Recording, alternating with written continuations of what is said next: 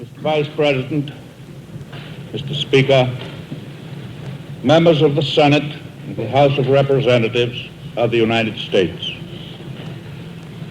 In fulfilling my duty to report upon the state of the Union, I am proud to say to you that the spirit of the American people was never higher than it is today.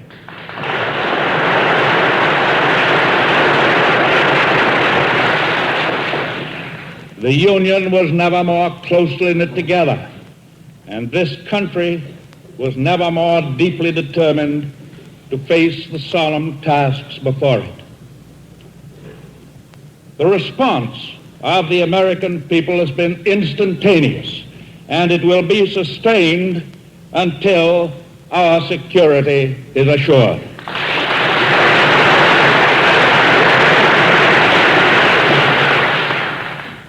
Exactly 1 year ago today, I said to this Congress, when the dictators are ready to make war upon us, they will not wait for an act of war on our part.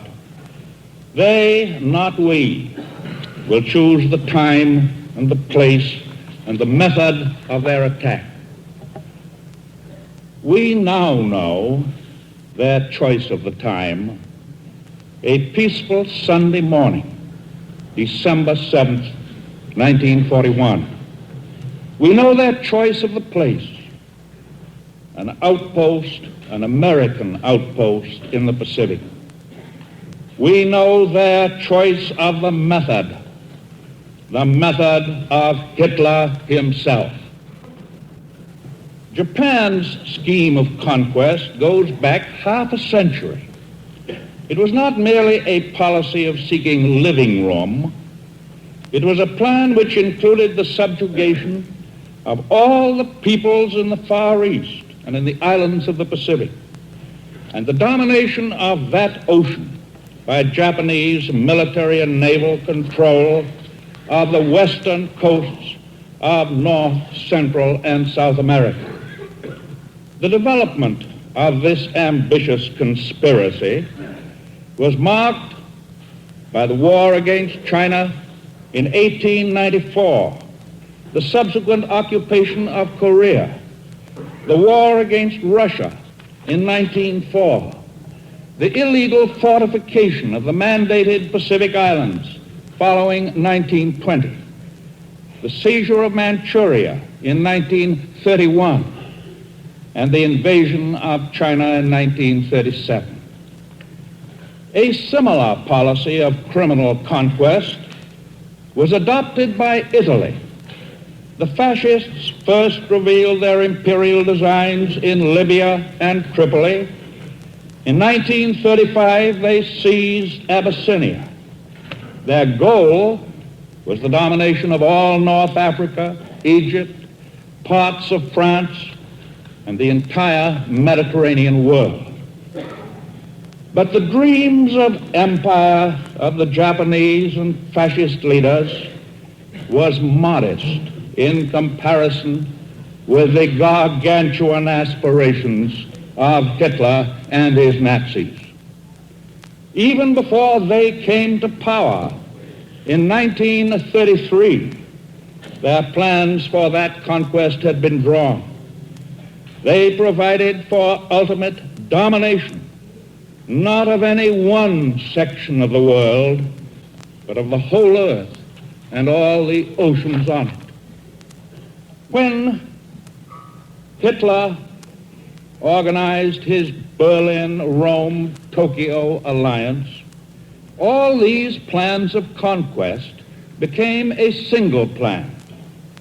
Under this, in addition to her own schemes of conquest, Japan's role was obviously to cut off our supply of weapons of war to Britain and Russia and China, weapons which increasingly were speeding the day of Hitler's doom. The act of Japan at Pearl Harbor was intended to stun us, to terrify us, to such an extent that we would divert our industrial and military strength to the Pacific area or even to our own continental defense.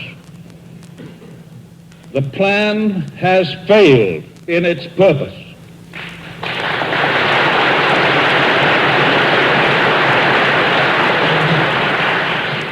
We have not been stunned. We have not been terrified or confused. This very reassembling of the 77th Congress today is proof of that. For the mood of quiet, grim resolution which here prevails bodes ill for those who conspired and collaborated to murder world peace. And that mood is stronger than any mere desire for revenge. It expresses the will of the American people to make very certain that the world will never so suffer again.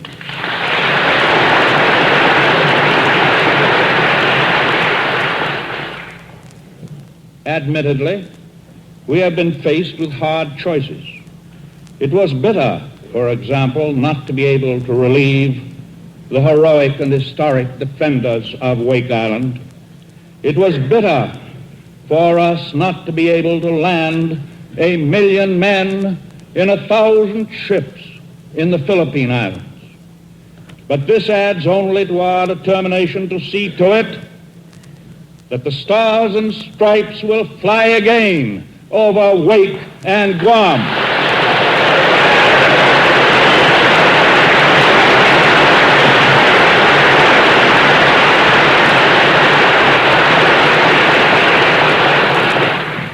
Yes, see to it that the brave people of the Philippines will be rid of Japanese imperialism and will live in freedom and security and independence.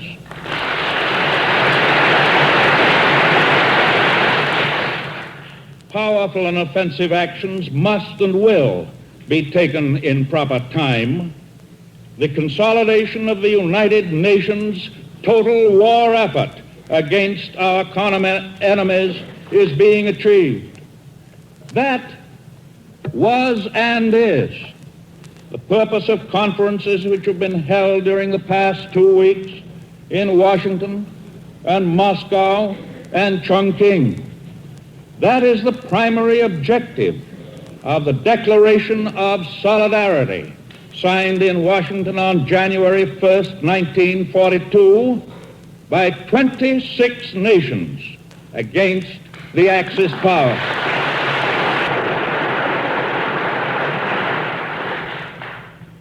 Difficult choices may have to be made in the months to come. We do not shrink from such decisions. We and those united with us will make those decisions with courage and determination. Plans have been laid here and in the other capitals for coordinated and cooperative action by all the United Nations, military action and economic action. Already we have established, as you know, unified command of land, sea, and air forces in the Southwestern Pacific theater of war. There will be a continuation of conferences and consultations among military staffs so that the plans and operations of each will fit into the general strategy designed to crush the enemy.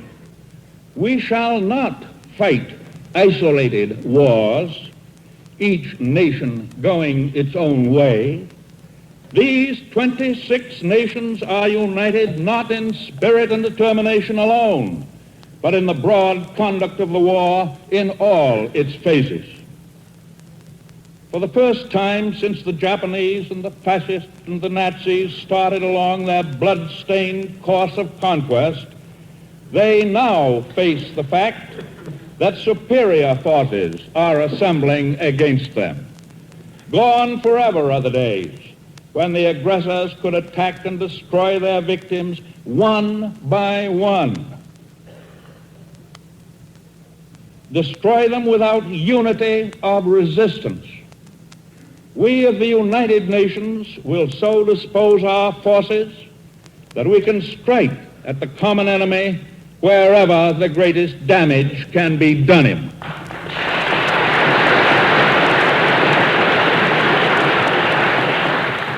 The militarists of Berlin and Tokyo started this war, but the massed, angered forces of common humanity will finish it.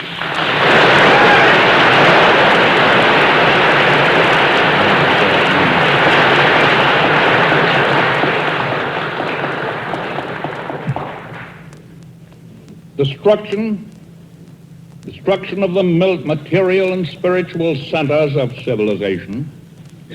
This has been and still is the purpose of Hitler and his Italian and Japanese chessmen.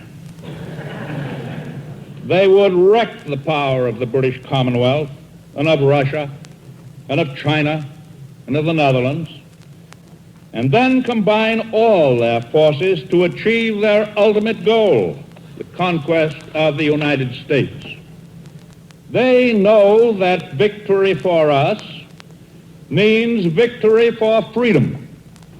They know that victory for us means victory for the institution of democracy, the ideal of the family, the simple principles of common decency and humanity. They know that victory for us means victory for religion, and they could not tolerate that. The world is too small to provide adequate living room for both Hitler and God.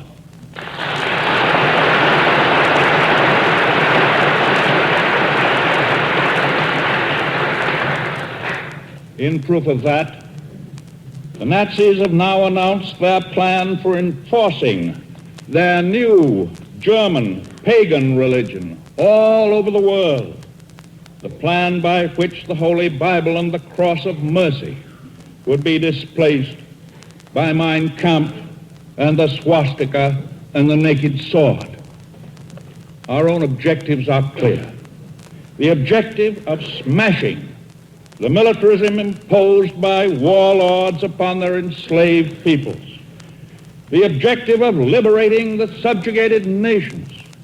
The objective of establishing and securing freedom of speech, freedom of religion, freedom from want, and freedom from fear everywhere in the world. We shall not stop short of these objectives, nor shall we be satisfied merely to gain them and then call it a day. I know that I speak for the American people, and I have good reason to believe that I speak also for all the other peoples who fight with us when I say that this time we are determined not only to win the war, but also to maintain the security of the peace that will follow.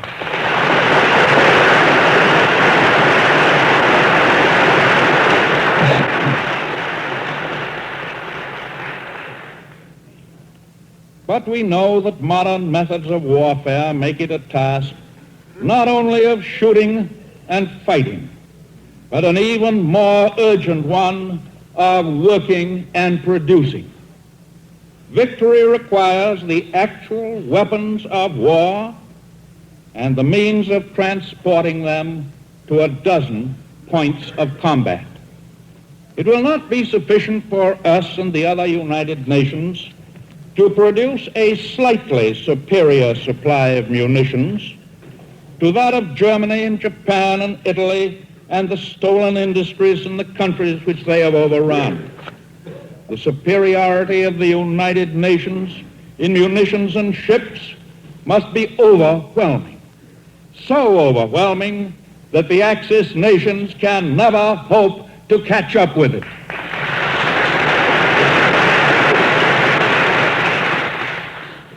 And so in order to attain this overwhelming superiority, the United States must build planes and tanks and guns and ships to the utmost limit of our national capacity.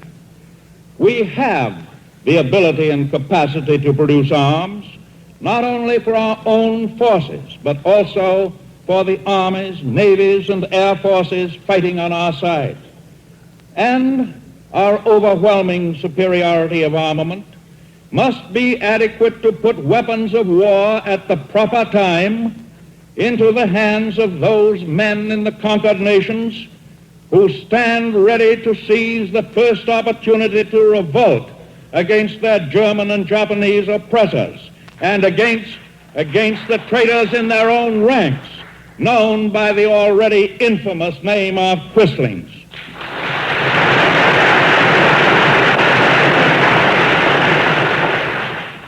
And I think that it is a fair prophecy to say that as we get guns to the patriots in those lands, they too will fire shots heard round the world. This production of ours in the United States must be raised far above present levels, even though it will mean the dislocation of the lives and occupations of millions of our own people. We must raise our sights all along the production line. Let no man say it cannot be done. It must be done, and we have undertaken to do it.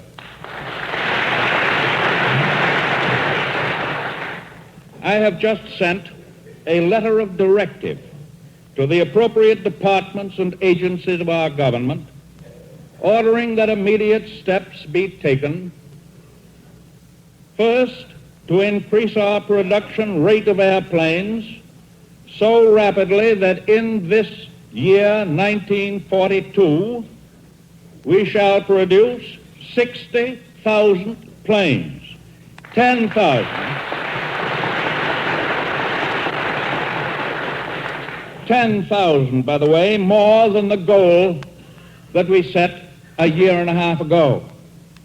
This includes 45,000 combat planes, bombers, dive bombers, pursuit planes. The rate of increase will be maintained, continued, so that next year, 1943, we shall produce 125,000 airplanes, including 100,000 combat planes.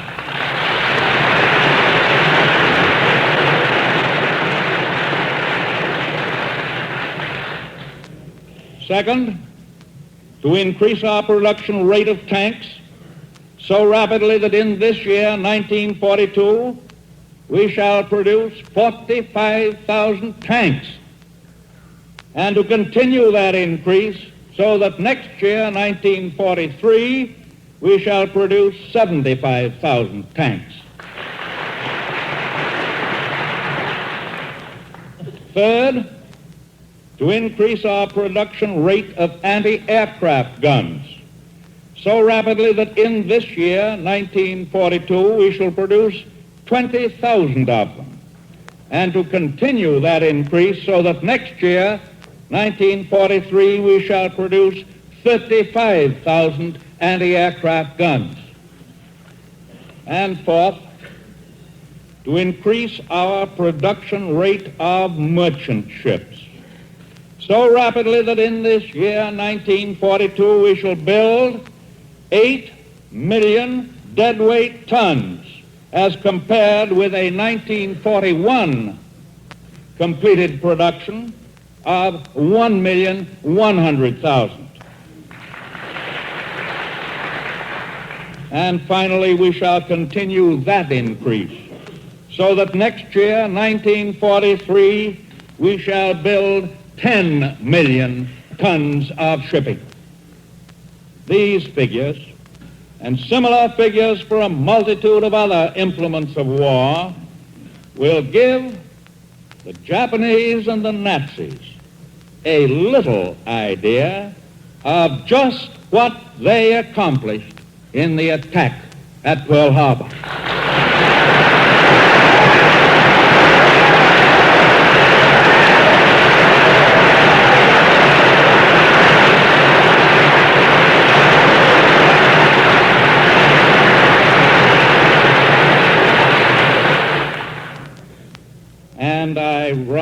hope that all these figures which I have given will become common knowledge in Germany and Japan. Our task is hard. Our task is unprecedented, and the time is short. We must strain every existing armament-producing facility to the utmost. We must convert every available plant and tool to war production.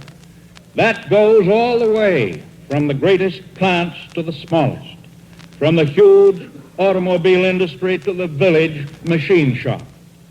Production for war is based on men and women, the human hands and brains, which collectively we call labor. Our workers stand ready to work long hours, to turn out more in a day's work, to keep the wheels turning and the fires burning 24 hours a day and 7 days a week. They realize well that on the speed and efficiency of their work depend the lives of their sons and their brothers on the fighting front. Production for war is based on metals and raw materials: steel, copper, rubber, aluminum, zinc, tin. Greater and greater quantities of them will have to be diverted to war purposes. Civilian use of them will have to be cut further and still further, and in many cases completely eliminated. War costs money. So far, we've hardly even begun to pay for it. We've devoted only 15% of our national income to national defense. As will appear in my budget message tomorrow, our war program for the coming fiscal year will cost $56 billion, or, in other words, more than half of the estimated annual national income. That means taxes and bonds and taxes. It means cutting luxuries and other non-essentials. In a word, it means an all-out war by individual effort and family effort in a united country. Only this all-out scale of production will hasten the ultimate all-out victory. Speed will count. Lost ground can always be regained.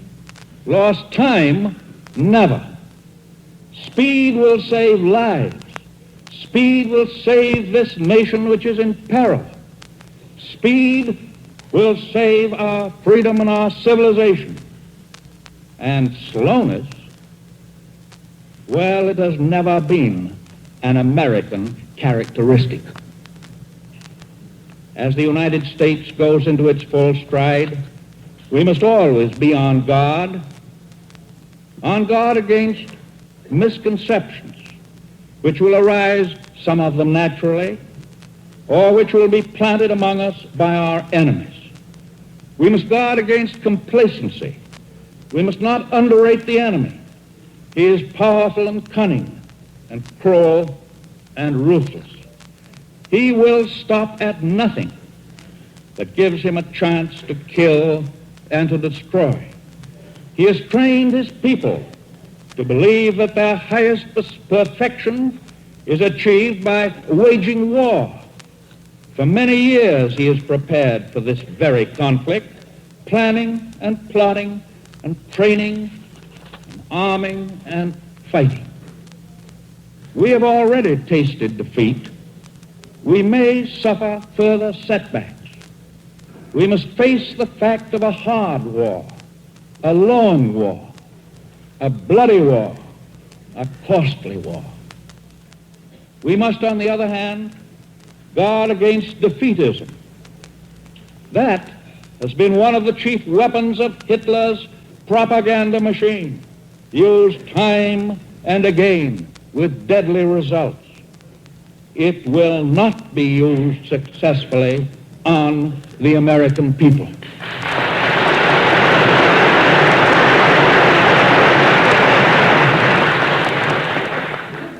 We must guard against divisions among ourselves and among all the other united nations. We must be particularly vigilant against racial discrimination in any of its ugly forms. Hitler will try again to breed mistrust and suspicion between one individual and another, one group and another, one race and another, one government and another. He will try to use the same technique of falsehood and rumor-mongering with which he divided France from Britain. He is trying to do this even now, but he will find a unity of will and purpose against him which will persevere until the destruction of all his black designs upon the freedom and people of the world are ended.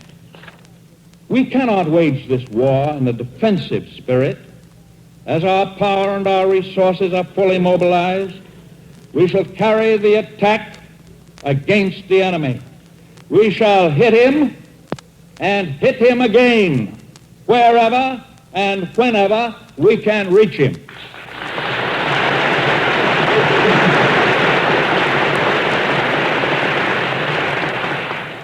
We must keep him far from our shores, for we intend to bring this battle to him on his own home grounds.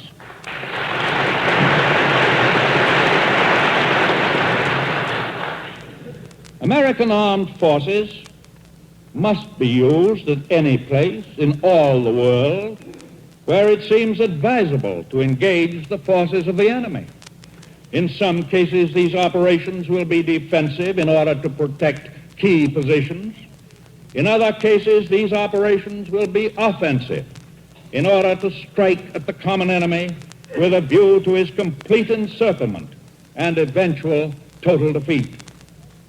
American armed forces will operate at many points in the Far East.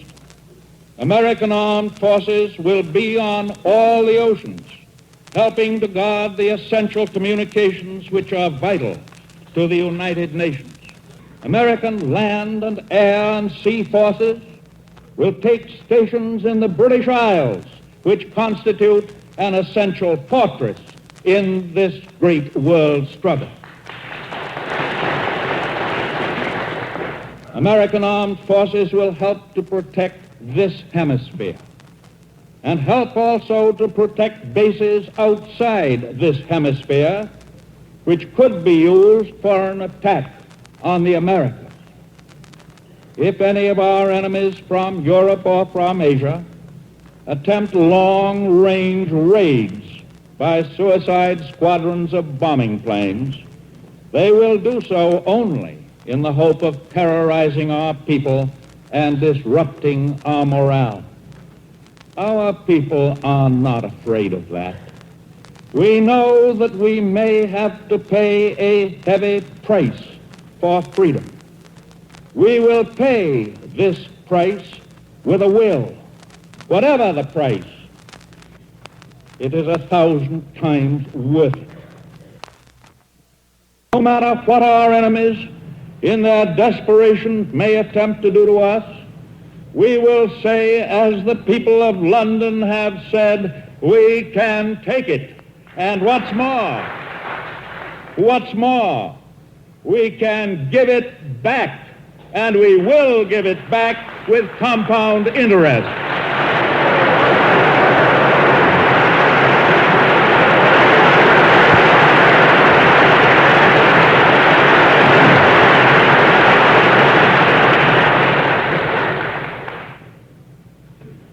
When our enemies challenged our country to stand up and fight, they challenged each and every one of us. And each and every one of us has accepted the challenge for himself and for his nation. There were only some 400 United States Marines who, in the heroic and historic defense of Wake Island, inflicted such great losses on the enemy. Some of those men were killed in action, and others are now prisoners of war. when the survivors of that great fight are liberated and restored to their homes, they will learn that 130 million of their fellow citizens have been inspired to render their own full share of service and sacrifice.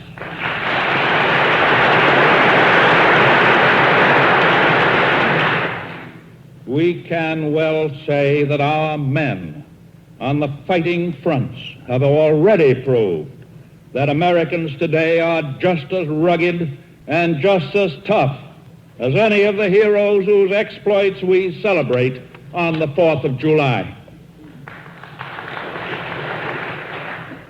Many people ask, when will this war end? There's only one answer to that. It will end just as soon as we make it end, by our combined efforts, our combined strength, our combined determination to fight through and work through until the end of militarism in Germany and Italy and Japan.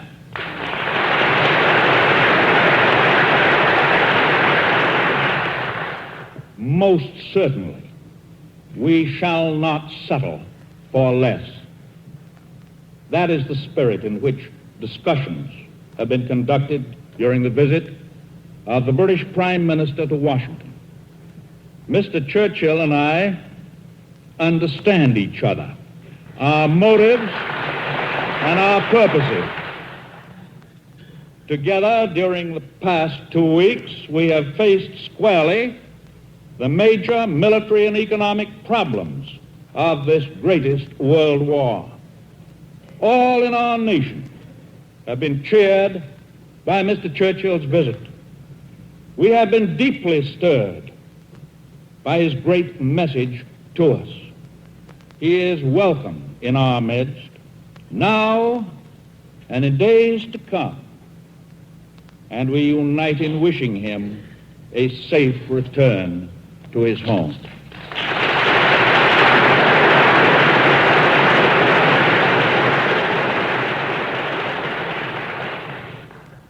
For we are fighting on the same side with the British people who fought alone for long, terrible months and withstood the enemy with fortitude and tenacity and skill. We are fighting on the same side with the Russian people who have seen the Nazi hordes swarm up to the very gates of Moscow and who with almost superhuman will and courage have forced the invaders back into retreat.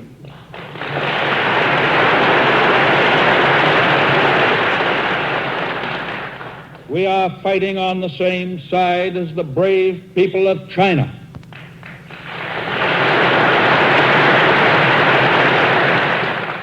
Those millions who for 4.5 long years have withstood bombs and starvation and have whipped the invaders time and again in spite of the superior Japanese equipment and arms. Yes, we are fighting on the same side as the indomitable Dutch.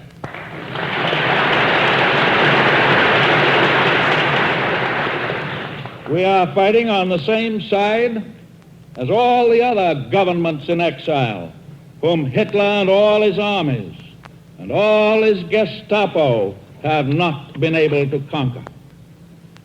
But we of the United Nations are not making all this sacrifice of human effort and human lives to return to the kind of world we had after the last World War. We are fighting today for security, for progress, and for peace, not only for ourselves, but for all men, not only for one generation, but for all generations.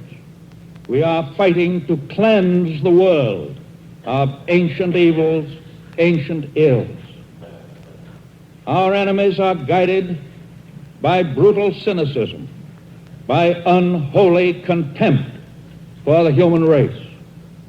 We are inspired by a faith that goes back through all the years to the first chapter of the book of Genesis. God created man in his own image.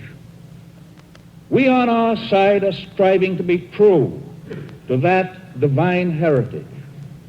We are fighting, as our fathers have fought, to uphold the doctrine that all men are equal in the sight of God. Those on the other side are striving to destroy this deep belief and to create a world in their own image, a world of tyranny and cruelty and serfdom. That is the conflict that day and night now pervades our lives. No compromise can end that conflict. There never has been, there never can be successful compromise between good and evil. Only total victory can reward the champions of tolerance and decency and freedom and faith.